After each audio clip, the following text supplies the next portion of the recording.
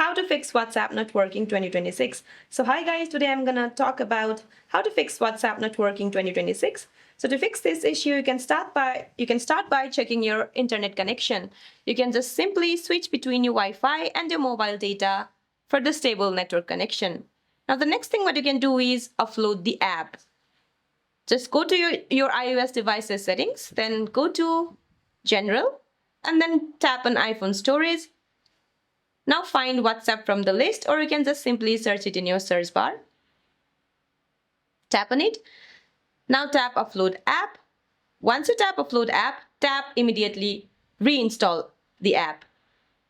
Now the next thing what you can do is update the app. Just go to your Google Play Store or Apple App Store, then find WhatsApp. And if you see an update option available here, just tap on update to get the latest version. So that's it for this video, guys. I hope this video is helpful. Please don't forget to like and subscribe. See you in my next video.